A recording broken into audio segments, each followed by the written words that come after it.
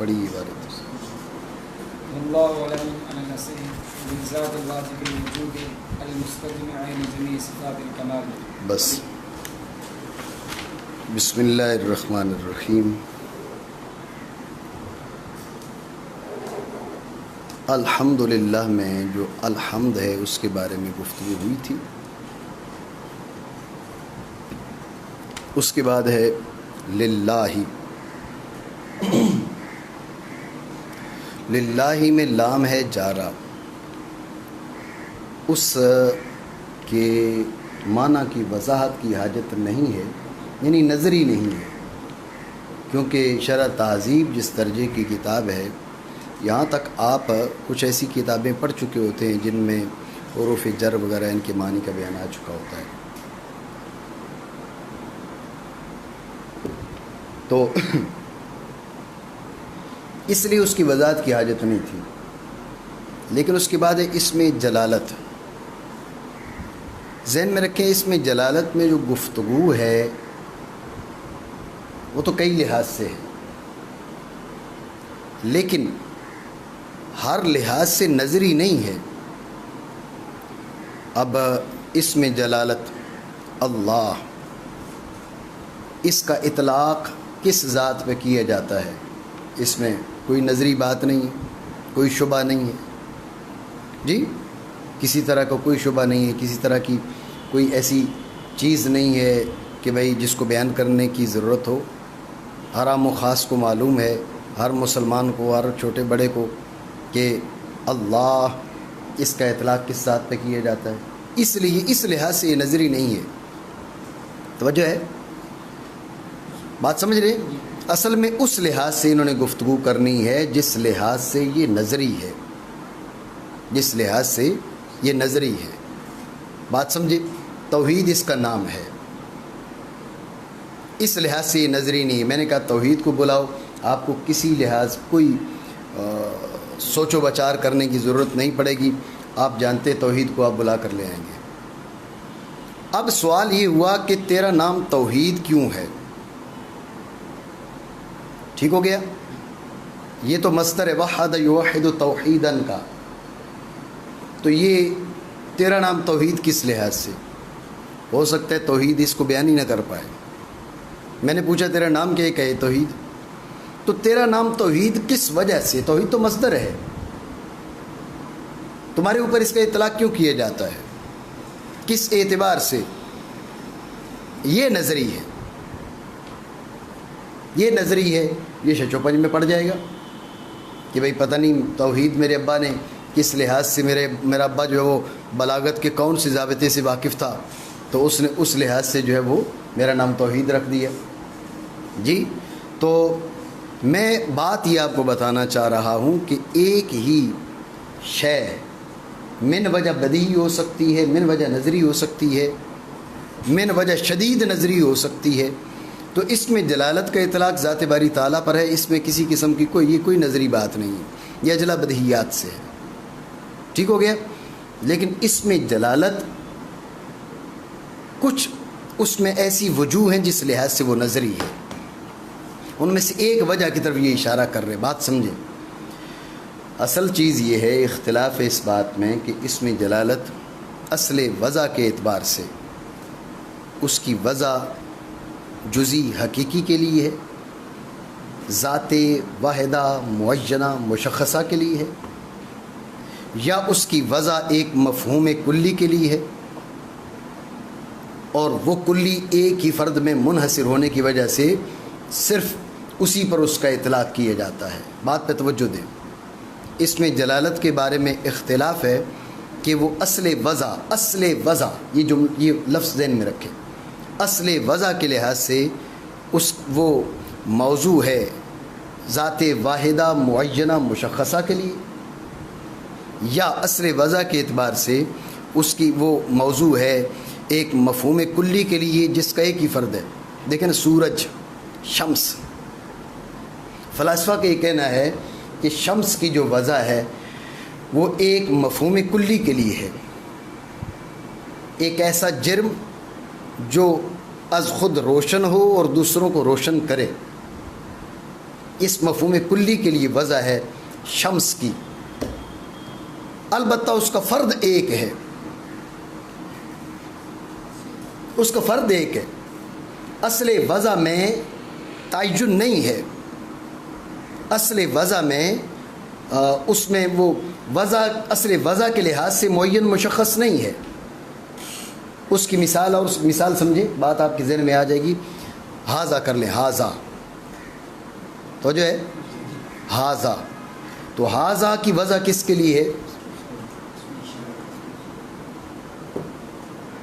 اس کے بارے میں اختلاف ہے کہ اس میں وضع عام موضوع عام ہے یا وضع عام موضوع خاص ہے۔ جہاں اس کا کوئی کسی نہ کسی جگہ پر اس کی ضرورت پڑے گی میں وضاحت کر دوں گا، وضع عام موضوع خاص، وضع عام موضوع عام، وضع خاص موضوع عام، اور وضع خاص موضوع خاص، یہ کئی ایک احتمالات ہوتے ہیں، انشاءاللہ اس کی میں وضاحت کروں گا۔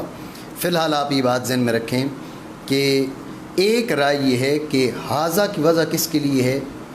واحد مذکر محسوس مبصر کے لیے۔ کس کے لیے؟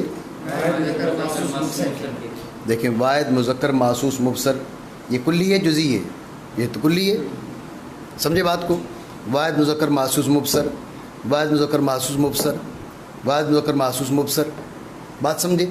یہ واحد مذکر محسوس مبصر ہر اکائی پر، ہر مذکر اکائی محسوس مبصر پر یہ صادق آتا ہے، بات آپ سمجھے ہو؟ لیکن اب آپ کہیں ہاذا، جب آپ نے کہا ہاذا، اب یہ جزئی ہو گیا ہے، ایسا نہیں ہے، اب معین مشخص ہے۔ اب یہ جو ہاذا ہے، اس کو اگر میں ہاذا بول کے اب میں کہوں بھئی یہ حامد ہے، تو جواب غلط ہے۔ میں کہوں توحید ہے، جواب غلط ہے۔ سمجھ رہے بات کو؟ اس کی طرف اشارہ کر کے توحید بولوں تو جواب بات غلط ہے، اس کی طرف اشارہ کر کے سلیم بولوں تو بات غلط ہے۔ آپ میری بات سمجھ رہے نہیں؟ کہنے کا مقصد یہ ہے کہ یہی چیز ہے کہ اس میں جلالت اصل وضع میں جزئی حقیقی ہے، علم ہے، معین مشخص ہے، یا اصل وضع میں تو کلی ہے، واجب الوجود کے لیے وضع کیا گیا۔ کس کے لیے؟ واجب الوجود۔ تو چونکہ واجب الوجود کا فرد ہی ایک تھا، فرد ہی ایک تھا، اسی لیے اسی پہ بولا جاتا ہے، کسی اور پہ نہیں بولا جاتا۔ تو جو ہے اختلاف اس میں ہے، آپ سمجھے اختلاف؟ اس میں جلالت کے بارے میں اختلاف ہے۔ میں نے آپ کو بتایا کہ ایک ہی شے من وجہ بدیہی اور من وجہ نظری ہو سکتی ہے، تو اس میں جلالت اپنے اطلاق کے لحاظ سے اس میں کوئی نظریت نہیں ہے، یہ اجلا بدیہیات سے ہے، اولیات سے ہے۔ لیکن من وجہ نظری ہے، وہ کس لحاظ سے؟ وہ اس لحاظ سے کہ اس کی وضع مفہوم کلی کے لیے ہے، یا اس کی وضع کس کے لیے ہے؟ مفہوم جزئی کے لیے ہے۔ یہ وضع کے اعتبار سے معین مشخص ہے یا وضع کے اعتبار سے معین مشخص نہیں ہے، استعمال میں معین مشخص ہوا۔ بات آپ سمجھے نہیں سمجھے؟ اس میں ہے اختلاف۔ جو شارح ہے عبداللہ یزدی وہ، اور ہمارا بھی مختار یہی ہے کہ اس میں جلالت اپنی وضع کے لحاظ سے معین مشخص ہے، یہ وضع کیا گیا ذات واحدہ معینہ مشخصہ کے لیے، مفہوم کلی کے لیے وضع نہیں کیا گیا۔ میری بات آپ سمجھیں؟ ٹھیک ہو گیا؟ یہ ہے ہمارا موقف مختار۔ یہ ہے موقف کس کا؟ عبداللہ یزدی کا۔ اسی بات کو اس نے بیان کرتے ہوئے کہا کہ واللہ علم، واللہ علم علی الاصح، واللہ علم علی الاصح، یہ لفظ واللہ علم سے مختار بتا دیا اپنا، ٹھیک ہے؟ علی الاصح سے اختلاف کی طرف اشارہ کر دیا، بات سمجھے؟ اب باقی علم کس کے لیے کہا کہ لذات الواجب الوجود المستجمع لجمیع صفات الکمال، اس ذات کا علم ہے جس کا وجود واجب ہے۔ وہاں پر آئیں گے تو بات کریں گے وجود واجب کا مطلب کیا ہے۔ جس کا وجود واجب ہے، المستجمع لجمیع صفات الکمال، تمام صفات کمالیہ کی جامع ذات ہے، اس ذات کے لیے یہ علم ہے۔ نہیں سمجھے میری بات؟ سمجھے نہیں سمجھے؟ خلاصے گفتگو پھر سمجھیں۔ میں نے آپ کو بتایا کہ الحمدللہ کہا، وہ قضیہ موجبہ الحمد کی وضاحت ہو چکی، اس کے بعد حرف جر تھا، اس کی وضاحت کی حاجت نہیں تھی، اس کے بعد اس میں جلالت۔ تو آپ بات سمجھے دھیان سے میں نے یہ نہیں کہا اس میں جلالت نظری ہے، میں نے یہ نہیں کہا اس میں جلالت نظری ہے، اس لیے نہیں کہا کہ آپ علی الاطلاق اس میں جلالت کو نظری مت کہیں، آپ صرف کلام کا ربط بیان کرنے کے لیے اس میں جلالت کو نظری کہہ دیں، یہ مناسب طریقہ نہیں ہے۔ اس میں جلالت اپنے اطلاق کے لحاظ سے بالکل نظری نہیں ہے، اجلا بدیہیات سے ہے۔ اس لیے آپ کو بتایا کہ ایک شے من وجہ بدیہی ہو سکتی ہے، من وجہ نظری ہو سکتی ہے۔ جیسے میں نے توحید کے نام کی مثال دی، بھئی یہ کون ہے توحید سارے جانتے ہیں، اس کا نام توحید، اس کی وجہ کیا ہے، حالانکہ یہ مصدر ہے تو ہو سکتا ہے اس بارے میں تردد ہو، اس بارے میں سوچ ہو، اور خود جس کا نام توحید ہے اس سے اس کی توجیہ پوچھی جائے تو ہو سکتا ہے وہ بھی اس کی توجیہ نہ کر سکے۔ بات آپ سمجھ رہے ہیں؟ تو اس میں جلالت اپنے اطلاق کے لحاظ سے اجلا بدیہیات سے ہے۔ ٹھیک ہو گیا؟ بولنے میں کیا رجے؟ تو اس میں جلالت اپنے اطلاق کے لحاظ سے اجلا بدیہیات سے ہے، لیکن اصل وضع میں اختلاف ہے کہ اس کی وضع مفہوم کلی کے لیے ہے یا مفہوم جزئی کے لیے ہے۔ اصل وضع کے لحاظ سے یہ علم ہے، یعنی یہ جزئی ہے یا کلی ہے۔ ایک رائے یہ ہے کہ اصل وضع کے لحاظ سے جزئی ہے، بات پہ توجہ دینا۔ ایک رائے کے لحاظ سے یہ کہ یہ جزئی ہے، ایک رائے کے لحاظ سے یہ کلی ہے، لیکن چونکہ شارع کا مختار اور ہمارا مختار بھی یہی ہے کہ اس میں جلالت اصل وضع کے لحاظ سے جزئی ہے، اس لیے شارع نے کیا کہا؟ واللہ علم، واللہ علم، یہ علم کہہ کے اپنے مختار کا بیان کیا، علی الاصح کہہ کے کیا کہا؟ اس نے اختلاف کی طرف اشارہ کیا۔ علم کس کا ہے؟ اس کے لیے کہا للذات الواجب الوجود المستجمع لجمیع صفات الکمال، اس ذات والا کا علم ہے جس کا وجود واجب ہے اور وہ تمام تر صفات کمالیہ کی جامع ہے۔ وہ بات آگے چل کے کریں گے۔ میری بات آپ سمجھے نہیں سمجھے؟ ٹھیک ہو گیا؟ یہ انہوں نے جو بات کی ہے اس کا مطلب اور مفہوم میں نے آپ کو بتایا ہے۔ سوال آپ کر سکتے ہیں کہ انہوں نے اس کے علم ہونے کو راجح قرار دیا، شارع نے اس کے علم ہونے کو راجح قرار دیا، تو اس کے علم ہونے کی دلیل کیا ہے؟ رجحان کی دلیل کیا ہے؟ توجہ ہے؟ توجہ رکھیں۔ ایک دلیل تو یہ ہے کہ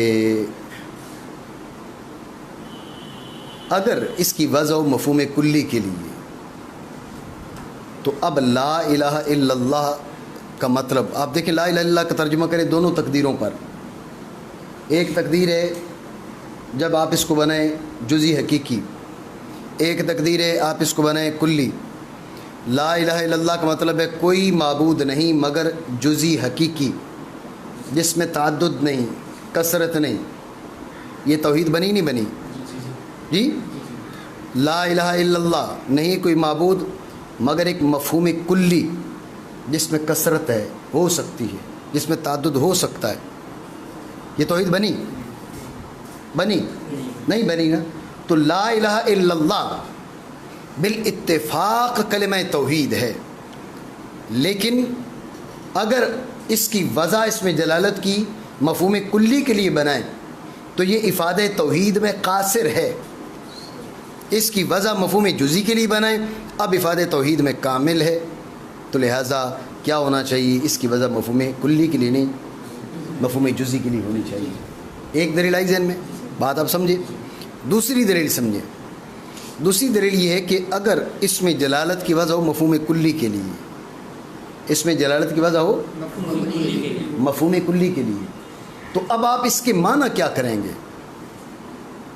معبود مطلق کریں گے، معبود برحق کریں گے، یا معبود باطل کریں گے؟ تو جو ہے آپ نہیں یوں نہ کریں، بلکہ الہ کے معنی آپ کیا کریں گے؟ لا الہ الا اللہ، لا الہ الا اللہ، اس الہ کے آپ کیا معنی کریں گے؟ اس میں جلالت کے نہیں، اس الہ کے آپ کیا معنی کریں گے؟ معبود مطلق، معبود باطل یا معبود برحق؟ آپ اس کے معنی کریں معبود مطلق، کوئی معبود نہیں، نہ سچا نہ جھوٹا۔ اب معنی یہ بنیں گے لا الہ، کوئی معبود نہیں، نہ سچا نہ جھوٹا، الا اللہ سوائے اللہ کے. توجہ رکھیں, یہ بات درست بنی؟ اس لیے کہ جھوٹے تو بہت سے ہیں, ایسا نہیں ہے, جھوٹے تو بہت سے ہیں. تو لا الہ الا اللہ کا مطلب بنا کوئی معبود نہیں, نہ سچا کوئی معبود ہے نہ جھوٹا کوئی معبود ہے سوائے اللہ کے. اللہ کے سوا نہ کوئی سچا معبود ہے نہ کوئی جھوٹا معبود ہے. معاذ اللہ, جھوٹے معبود تو بے شمار موجود ہیں. اس لیے الہ کے معنی, الہ کو معبود مطلق کے معنی میں آپ نہیں کر سکتے. اور اگر آپ الہ کے معنی کریں, کیا آپ معنی کریں معبود باطل کے, تو اب معنی کیا بنیں گے؟ کوئی معبود باطل نہیں سوائے اللہ کے. معاذ اللہ, یہ تو کلمہ کفر بن جائے گا. کوئی معبود باطل نہیں سوائے اللہ کے, معاذ اللہ, یہ کلمہ کفر بن جائے گا. اب الہ کے معنی کریں آپ معبود برحق, کوئی معبود برحق نہیں سوائے اللہ کے. اب سوال یہ ہے کہ اللہ کی وضع کس کے لیے ہے؟ آپ نے تو کہا بھئی یہ اس کی وضع مفہوم کلی کے لیے. ذہن میں رکھنا وہ مفہوم کلی بھی ہے معبود برحق. وہ مفہوم کلی کیا ہے؟ وہ مفہوم کلی کیا ہے؟ اب لا الہ الا اللہ اس کے معنی ہو گئے کوئی معبود برحق نہیں سوائے معبود برحق کے. معنی کیا بنیں گے؟ کوئی معبود برحق نہیں سوائے معبود برحق کے. اسے کہتے ہیں استثناء الشیء من نفسہ. استثناء الشیء اپنے آپ سے ہی استثناء ہے. جیسے ہم نے کہا نا, اس کمرے میں کوئی طالب علم نہیں ہے سوائے طالب علم کے. یہ استثناء الشیء من نفسی. اس کمرے میں طالب علم نہیں ہے سوائے طالب علم کے. اس کمرے میں انسان نہیں ہے سوائے انسان کے. استثناء الشیء من نفسی باطل ہے. تو اب اگر اس کی وضع مفہوم کلی کے لیے, تو ذہن میں رکھیں یہ استثناء الشیء من نفسہ ہی لازم آ رہا ہے جو باطل ہے. معنی بنے کہ نہیں کوئی معبود برحق سوائے معبود برحق کے, یہ معنی درست نہیں ہے. میری بات آپ سمجھیں. اگر آپ اسی کو وضع معنی مفہوم جزئی کے لیے, تو اب معنی پتہ کیا بنے گے؟ اب معنی یہ بنے گے کوئی معبود برحق نہیں ہے سوائے ایک ذات واحدہ کے, سوائے ایک. اب استثناء الشیء من نفسی نہیں ہے, اب استثناء الجزئی من الکلی ہے. اب کیا ہے؟ استثناء الجزئی من الکلی ہے. جزئی کا کلی سے استثناء ہے. اس میں کسی کی طرح کی کوئی خرابی نہیں ہے, اس میں کسی طرح کا کوئی بودھ نہیں ہے. میری بات آپ سمجھے نہیں سمجھے؟ ٹھیک ہو گیا. یہ دوسری دلیل ہو گئی اس کے جزئی حقیقی کے لیے, معنی مفہوم جزئی کے لیے موضوع ہونے کی. میری بات سمجھے؟ تیسری دلیل آپ کو بتاتا ہوں. یہ بات ذہن میں رکھیں, جو الرحمن ہے نا, ایک ہے الرحمن اور ایک ہے الرحیم. الرحمن بھی رحمت پر دال ہے اور الرحیم بھی رحمت پر دال ہے. رحیم کا اطلاق ذات باری عز اسمہ کے علاوہ بھی ہے, رحمان کا نہیں ہے. ٹھیک ہو گیا. رحمان کا جو اطلاق ہے وہ ذات باری تعالیٰ کے علاوہ نہیں کیا جاتا. تو رحمان کی وضع ہے مفہوم کلی کے لیے, لیکن اطلاق صرف ذات باری تعالیٰ پر ہے. اب میری بات سمجھ رہے؟ وضع مفہوم کلی کے لیے لیکن اطلاق صرف ذات باری تعالیٰ پر ہے. اب آپ دیکھیں کہ جب آپ اس میں جلالت کو بھی مفہوم کلی کے لیے مانیں اور اطلاق صرف ذات باری تعالیٰ پر مانیں, تو یہ دونوں ایک جیسے ہو گئے نہیں ہو گئے؟ اب سوال یہ پیدا ہوگا کہ لا الہ الا اللہ کلمہ توحید ہے, لا الہ الا الرحمن کلمہ توحید نہیں ہے. وجہ کیا ہے؟ وجہ فرق کیا ہے؟ لا الہ الا اللہ کلمہ توحید ہے, لا الہ الا الرحمن کلمہ توحید نہیں. حالانکہ لا الہ الا اللہ میں اس میں جلالت بھی مفہوم کلی کے لیے موضوع اطلاق صرف ذات باری تعالیٰ پر, الرحمن بھی مفہوم کلی کے لیے موضوع اطلاق صرف ذات باری تعالیٰ پر. جب دونوں کی حیثیت ایک جیسی ہے, ایک مفہوم ایک کلمہ توحید ہے, دوسرا کلمہ توحید کیوں نہیں, جسے ہم ترجیح بلا مرجع کے مرجع قرار دیتے ہیں. بات سمجھے؟ البتہ اگر اس کی وضع مفہوم جزئی کے لیے تو اب فرق آ جائے گا کہ الرحمن کی وضع تھی مفہوم کلی کے لیے, اطلاق ذات باری تعالیٰ پر تھا, لیکن چونکہ وضع مفہوم کلی کے لیے تھی اس لیے لا الہ الا الرحمن کلمہ توحید نہیں بنا, اور لا الہ الا اللہ اس میں جلالت کی وضع ہے ہی مفہوم جزئی کے لیے, اس لیے کلمہ توحید بن گیا. میری بات سمجھے نہیں سمجھے؟ ٹھیک ہے. یہ 3 دلیلیں میں نے آپ کو بتائی ہیں. ایک اور ساتھ ملا لیں, وہ یہ ہے تو جو ہے نہیں ہے سلیم ہے. وہ یہ ہے کہ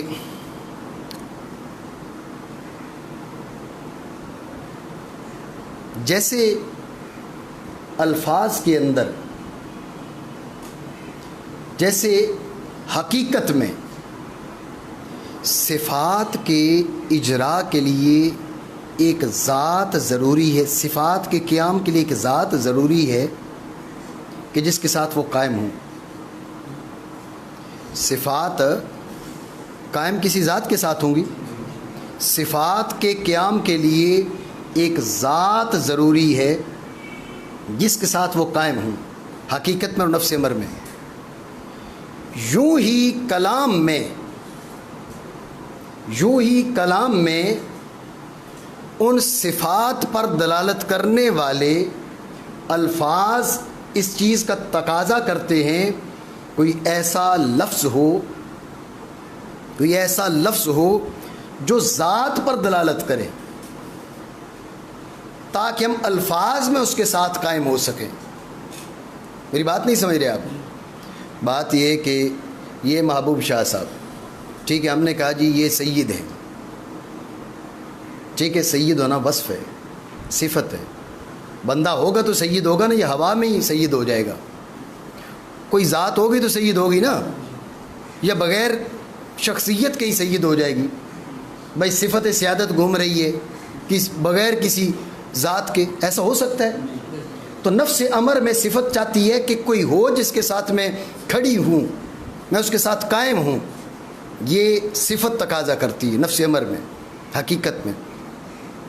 جب اس صفت کے لیے اس صفت کو ہم تعبیر کرتے ہیں لفظ کے ساتھ، کر لیا، اب یہ لفظ چاہتا ہے کہ جیسے میرا مدلول ایک ذات کو چاہتا ہے کہ تاکہ اس کے ساتھ قائم ہو سکے، اسی طرح میں بھی چاہتا ہوں کہ اس ذات پر دلالت کرنے والا لفظ لاؤ تاکہ میں کلام میں اس کی صفت بن کے واقع ہو سکوں۔ بات نہیں سمجھ رہے؟ وہ تو تھا نفس امر میں، سیادت ایک صفت ہے، وہ چاہتی ہے بھئی ایک موصوف ہو جس کے ساتھ میں قائم ہوں، یہ تو نفس امر میں، حقیقت میں، واقع میں۔ لیکن جب ہم اس کے بارے میں بات کرنا چاہیں گے، وہ صفت بیان کرنا چاہیں گے، اسے الفاظ سے تعبیر کریں گے، تو جب الفاظ کے ساتھ اس کو تعبیر کریں گے، وہ لفظ چاہے گا کہ کوئی ایسا لفظ بھی ہو جو میرے موصوف پر دال ہو، جیسے میرا مدلول نفس امر میں اس کے ساتھ قائم ہے، اسی طرح کلام کے اندر میں بھی اسی کی صفت بن کر آؤں۔ یہ بات سمجھے نہیں سمجھے؟ جب یہ بات آپ کے ذہن میں آ گئی تو اب ذات باری عز اسمہ کی صفات تو انگنت لا تعد ولا تحصیٰ ہیں، ٹھیک ہو گیا؟ تو اب وہ علیم بھی ہے، وہ کریم بھی ہے، وہ حی بھی ہے، وہ قیوم بھی ہے، یہ تو سارے اسماء صفات ہیں نا، یہ سارے اسماء صفات ہیں۔ یہ چاہتے ہیں کہ کوئی اسم ذات بھی ہو جس کی ہم صفتیں بنیں، کوئی اسم ذات بھی ہو جس کی ہم صفتیں بنیں۔ تو اب اسم جلالت کو اگر آپ اسم ذات نہیں مانتے، اسم جلالت کو علم، ذات کے لیے علم نہیں مانتے بلکہ وصف مانتے ہیں، ذہن میں رکھنا اسماء باری تعالیٰ میں کوئی اور ایسا ہے ہی نہیں کہ جو اسم ذات بن سکے۔ تو اب ساری صفات چاہ رہی ہیں کہ کوئی موصوف دیں جب ہم جس کے ساتھ کھڑی ہوں، سارے اسماء صفات تقاضا کر رہے ہیں کہ کوئی اسم ذات ہو۔ اگر آپ اسم جلالت کو اسم ذات نہیں مانتے، کوئی اور اسم ایسا ہے نہیں جسے آپ اسم ذات مان سکیں، تو پھر یہ تقاضا پورا نہیں ہوگا۔ اس لیے ضروری ہے کہ آپ اسم جلالت کو اسم ذات مانیں اور اس کی وجہ مفہوم کلی کے لیے، معنی وصفی کے لیے نہ مانیں۔ میری بات آپ سمجھے نہیں سمجھے؟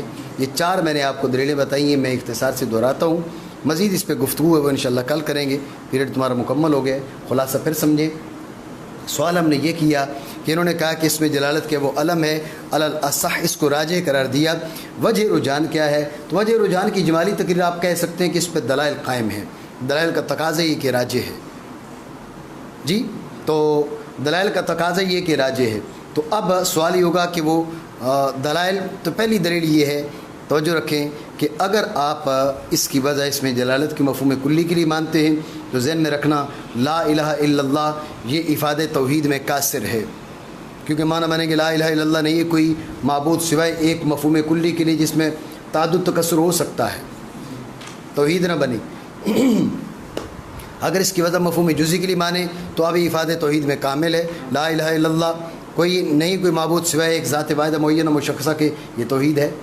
دوسری دلیل یہ آپ کو بتائی تھی جس کی اجمالی تقریر یہ ہے کہ اگر آپ اس کو مفہوم کلی کے لیے موضوع مانتے ہیں، استثناء الشیء من نفسہ ہی لازم آئے گا، استثناء الشیء من نفسہ ہی لازم آئے گا۔ اور اگر آپ اس کو مفہوم جزئی کے لیے مانتے ہیں تب یہ کلام درست بنے گی۔ تفصیلی سے اجمال کی ہے کہ آپ لا الہ میں الہ سے کیا مراد لیتے ہیں، معبود مطلق باطل یا برحق؟ معبود مطلق مراد لیں تو اب یہ کلام درست نہیں، لا الہ الا اللہ نہیں ہے کوئی معبود نہ سچا نہ جھوٹا سوائے اللہ کے، یہ کلام درست نہیں کیونکہ جھوٹے معبود ان گنت موجود ہیں۔ اور اگر آپ لا الہ الا اللہ میں الہ سے مراد معبود باطل لیتے ہیں تو معاذ اللہ یہ کلمہ کفر بن جائے گا۔ لا الہ الا اللہ نہیں ہے کوئی معبود باطل سوائے اللہ کے، معاذ اللہ کلمہ کفر بن گیا۔ اور اگر آپ الہ سے مراد کیا لیتے ہیں، معبود برحق، اب مانا کیا ہوں گے لا الہ الا اللہ نہیں کوئی معبود برحق مگر معبود برحق، کیونکہ مفہوم کلی کے لیے ہوگا تو معنی اس کے یہ بنے گی، نہیں ہے کوئی معبود برحق سوائے معبود برحق کے، یہ استثناء الشیء من نفسہ ہی، استثناء الشیء من نفسہ درست نہیں ہے، الا کہ آپ اس سے کیا مراد لیں، آپ اسے مفہوم جزئی کے لیے موضوع مانیں، نہیں کوئی معبود برحق سوائے ایک ذات واحدہ معینہ مشخصہ کے، اب استثناء الشیء من نفسہ نہیں ہے بلکہ استثناء الجزئی من الکلی، یہ درست ہے۔ یہ دوسری دلیل۔ تیسری دلیل یہ ہے کہ اگر آپ اس کو مفہوم کلی کے لیے موضوع مانتے ہیں تو ترجیح بلا مرجح لازم آئے گی، یہ اجمالی تقریر۔ تفصیلی سے اجمال کی یہ ہے کہ جو اسم ہے نا الرحمن، اس کی وجہ بھی مفہوم کلی کے لیے ہے، اطلاق صرف ذات باری تعالیٰ پر ہے۔ اگر اس میں جلالت کی وجہ بھی مفہوم کلی کے لیے ہو تو معاملہ بالکل یہی بنے گا، وجہ مفہوم کلی کے لیے اطلاق ذات باری تعالیٰ پر۔ تو لا الہ الا الرحمن تو کلمہ توحید نہیں ہے، لا الہ الا اللہ کلمہ توحید کیسے بن گیا پھر جب دونوں ایک جیسے ہیں؟ دونوں کی وجہ مفہوم کلی کے لیے نہیں، دونوں کی وجہ دونوں کا اطلاق ذات باری تعالیٰ پر ہے۔ تو لا الہ الا اللہ کلمہ توحید ہے، لا الہ الا الرحمن بھی کلمہ توحید ہونا چاہیے، حالانکہ ایسا ہے نہیں۔ ماننا پڑے گا کہ ان میں فرق ہے، اور فرق یہی ہے کہ الرحمن کی وجہ مفہوم کلی کے لیے ہے لیکن اطلاق ذات واحدہ پر ہوتا ہے، اس میں جلالت وجہ کے لحاظ سے ہی ذات واحدہ کے لیے وضع کیا گیا ہے۔ سمجھے بات کو؟ چوتھی جو میں نے دلیل دی ہے اس پہ آپ غور کریں، وہ دلیل یہ ہے کہ جس طرح صفات نفس امر میں چاہتی ہیں کہ ایک ذات ہو جس کے ساتھ ہم قائم ہوں اور بغیر اس ذات کے وہ قائم نہیں ہو سکتی، وہ قائم نہیں ہو سکتی، اسی طرح ان صفات پر دلالت کرنے والے جو الفاظ ہیں وہ تقاضا کرتے ہیں کہ ایک ایسا اسم ذات ہو ہم کلام کے اندر جس پر جاری ہو سکیں اور جس کی صفات بن کر ان کے تابع بن کر ہم واقع ہو سکیں۔ ٹھیک ہو گیا؟ تو اب مسئلہ یہ ہے کہ اگر آپ اس میں جلالت کو اس میں ذات مان لیتے ہیں تو ہمارا مدعا ثابت ہو جائے گا، اور اگر آپ اس میں جلالت کو اس میں ذات نہیں مانتے، اس کی وجہ مفہوم کلی کے لیے مانتے ہیں، تو اسماء باری تعالیٰ میں کوئی اور ایسا اسم ہے ہی نہیں کہ جس کو آپ اس میں ذات بنا کر تمام اس میں جو اسماء صفات ہیں ان پر جاری کر سکیں۔ یہ 4 دلائل ہیں، اور بھی دلائل ہیں لیکن میں نے صرف 4 دلیلیں میں تمہارے سامنے بیان کی ہیں جو دلالت کرتی ہیں کہ اس میں جلالت کیا ہے، اس کی وجہ مفہوم کلی کے لیے نہیں ہے بلکہ اس کی وجہ مفہوم جزئی کے لیے ہے، وہ علم ہے۔ مزید بات کل کرتے ہیں انشاءاللہ۔ ٹھیک ہو گیا؟ بند کریں، ڈیلیٹ نہیں کرنا۔